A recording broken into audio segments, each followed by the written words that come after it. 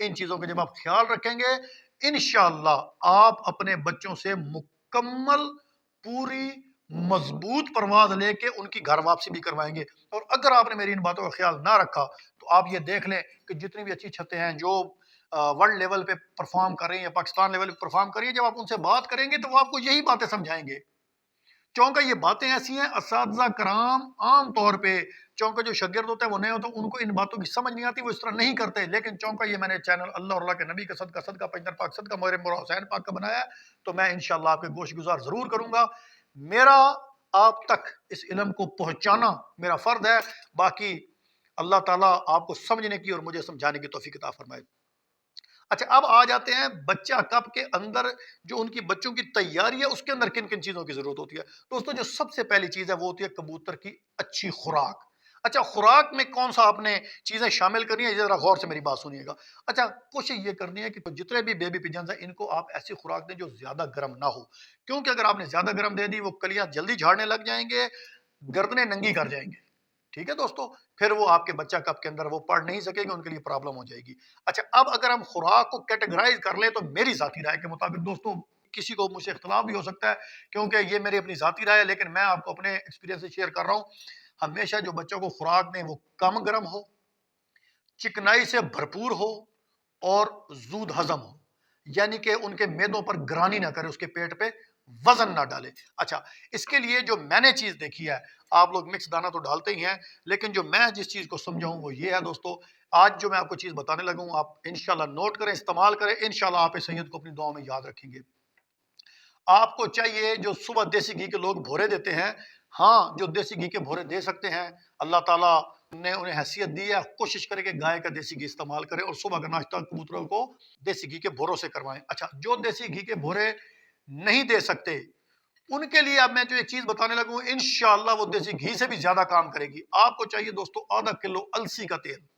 آدھا کلو السی کا تیل، 1 پاؤ سرسوں کا تیل اور 1 پاؤ سفید تل کا تیل۔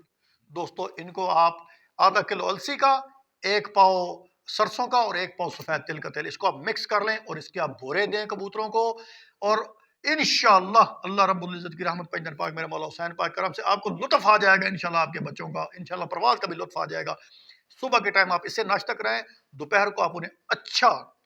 دانہ دیں اور شام کے وقت جو پانی ڈالیں، میں آپ کو ایک پانی بتانے لگوں دوستو انشاءاللہ مزہ آئے گا آپ کو۔ یہ پانی دوستو گرم نہیں ہے، یہ ذہن میں رکھیے گا، یہ معتدل پانی ہے، کبوتر کے ہاضمے کو چلائے گا، ان کے جو کچھ ان کے اندر رکاوٹ ہے پوٹ کی وہ ختم کر دے گا اور ان کے ہاضمے کو اتنا تیز رکھے گا کہ جو کچھ آپ دیں گے صبح تک پوٹ انشاءاللہ صاف ہوگا، کیونکہ بچوں کو پلٹانے سے 100 کمپلیکیشنز آتی ہیں۔ اچھا اس کے لیے جو آپ کو چیزیں چاہیے، آپ کو 1.5 لیٹر پانی چاہیے، اس کے اندر انار دانہ، سفید زیرہ، سونف اور اجوائن، یہ 1 ٹی سپون، جو چھوٹا چائے والا چمچ ہوتا ہے یہ 1 ٹی سپون لے لیں، موٹی الائچی جس کو ہم کالی الائچی کہتے ہیں وہ 1 عدد لے لیں، اور دوستو اس کو آپ نے کیا کرنا ہے، 1.5 لیٹر پانی میں اتنا ابالنا ہے کہ وہ 1 لیٹر رہ جائے۔ جب 1 لیٹر بچ جائے آپ اسے ٹھنڈا کر لیں اور چھان پن لیں، اس کے بعد جب بھی آپ شام کو دانہ دیں تو بوتل کا 1 ڈھکن یہ پانی میں ڈال دیں۔ انشاءاللہ آپ میری ان گزارشات پر عمل کریں، انشاءاللہ آپ کو مزہ آئے گا اور میرے دوستو آپ کے بچے اڑیں گے، یقین مانے۔ اگر یہ 2 چیزیں، خوراک والی چیز کا نسخہ اور ایک یہ جو پانی والا نسخہ، اب یہی 2 چیزیں استعمال کر لیں، حیران کن آپ کو رزلٹ ملیں گے، کیونکہ یہ میری ذاتی آزمودہ ہے اور یہ صدقہ مولا حسین پاک کے میں آپ کی نظر کر رہا ہوں۔ میرے دوستو آج ہم اپنی ویڈیو کا اختتام اس ہستی پاک کے ذکر سے کریں گے کہ جو مخدومہ کائنات ہیں، سیدہ کائنات ہیں، خاتون جنت ہیں، کل کائنات کی تمام خواتین کی سردار ہیں اور 2 جہان کی عورتوں کی ملکہ ہیں۔ میرے دوستو میری مراد مخدومہ کائنات سیدۃ النساء العالمین حضرت سیدہ فاطمہ الزہرا سلام اللہ علیہا سے ہے۔ میرے دوستو 20 جمادی الثانی آپ کی ولادت باسعادت ہے۔ اس نظام ہست و بود کے اندر، اس کائنات کے اندر آپ جلوہ نما ہوئیں، اور آپ جس گھر میں جلوہ نما ہوئیں دوستو وہ کوئی عام گھر نہیں ہے، وہ 2 جہانوں کے والی کا گھر ہے، اس نبی کا گھر ہے جو رحمت للعالمین ہے، جو مومنین کے لیے رؤوف الرحیم ہے، وہ نبی کہ جو اللہ رب العزت کا محبوب نبی ہے، 1,24,000 انبیاء اس کائنات پر آئے، مگر جو مقام حضرت محمد رسول اللہ صلی اللہ علیہ وآلہ وسلم کو ملا، اللہ پاک نے وہ مقام کسی کو نہیں دیا، اور وہ مقام تھا شب معراج، اپنے حبیب دو جہاں صلی اللہ علیہ وسلم کو آمنے سامنے اپنی زیارت کا شرف بخشا، اور رسول اللہ صلی اللہ علیہ وسلم نے اپنے سر کی آنکھوں سے اللہ پاک کا دیدار فرمایا۔ میرے دوستو، ان کے گھر میں آپ تشریف فرما ہو رہی ہیں، اور مزے کی بات کیا ہے کہ رحمت للعالمین کے گھر رحمت بن کے آ رہی ہیں، کیونکہ بیٹیاں تو دوستو رحمت ہوتی ہیں۔ اب ان کی ذات بابرکات کی شان وراء الورا ہے، کسی انسان کے بس کی بات نہیں کہ وہ آپ کی شان کو احاطہ تحریر میں لائے، لیکن چند اشعار جو مجھے بہت پسند ہیں اور میرے دل کے قریب ہیں، میں سیدہ پاک کی مخدومہ کائنات کی خدمت میں اپنے اور آپ کی طرف سے پیش کرنے لگا ہوں۔ ہو سکتا ہے کہ ہمارے یہ اشعار ان کی پاک بارگاہ میں قبول و منظور ہو جائیں اور ہمارے لیے نجات کا ذریعہ ہوں۔ نبی کی دختر جناب زہرا، سخا کی خوگر جناب زہرا، حیا کا عنبر جناب زہرا، وفا کا زیور جناب زہرا، جو کھا کے زندہ ہے کل زمانہ، سبحان اللہ، جو کھا کے زندہ ہے کل زمانہ، ہے تیرا لنگر جناب زہرا، جو کھا کے زندہ ہے کل زمانہ، ہے تیرا لنگر جناب زہرا، جو پوچھا جنت کی کون ہے ملکہ، سبحان اللہ، جو پوچھا جنت کی کون ہے ملکہ، تو بولے سرور جناب زہرا۔ میرے دوستو، میں تاریخ اسلام کا دوستو ایک ادنا سا سٹوڈنٹ ہوں، میں نے تاریخ پڑھی ہے اور میں پڑھتا رہتا ہوں۔ میرے دوستو، یقین مانیں، اگر میں اپنی بات کو کچھ اس طرح سے پیش کر دوں، آپ سیدۃ النساء العالمین مخدومہ کائنات سیدہ فاطمہ الزہرا سلام اللہ علیہا کے بارے میں صرف چند الفاظ میں بات ختم کروں گا۔ بابا آپ کے والد محترم جناب رحمت للعالمین،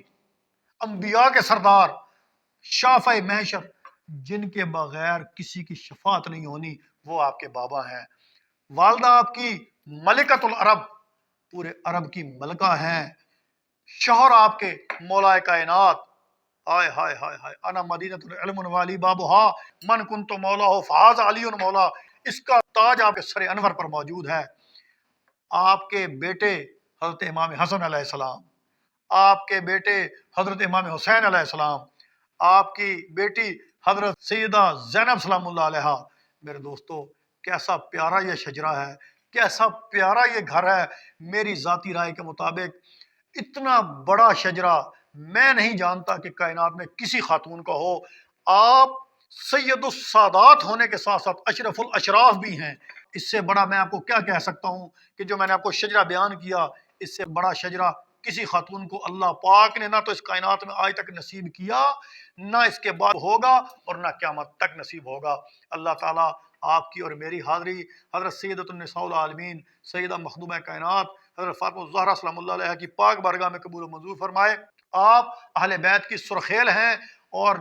جن سے رسول اللہ صلی اللہ علیہ وسلم کی اولاد پاک چلی، آپ وہ منبع جود و سخا ہیں۔ آئے مل کے میرے ساتھ درود شریف پڑھ لیں، کیا پتہ یہی درود شریف ہمارا اس پاک بارگاہ میں قبول و منظور ہو جائے۔ اعوذ باللہ من الشیطان الرجیم، بسم اللہ الرحمن الرحیم، اللہم صلی علی محمد وعلی آل محمد کما صلیت علی ابراہیم وعلی آل ابراہیم انک حمید مجید، اللہم بارک علی محمد وعلی آل محمد کما بارکت علی ابراہیم وعلی آل ابراہیم انک حمید مجید۔ اپنے دوست اپنے بھائی کو اجازت دیجیے گا۔ السلام علیکم ورحمۃ اللہ وبرکاتہ۔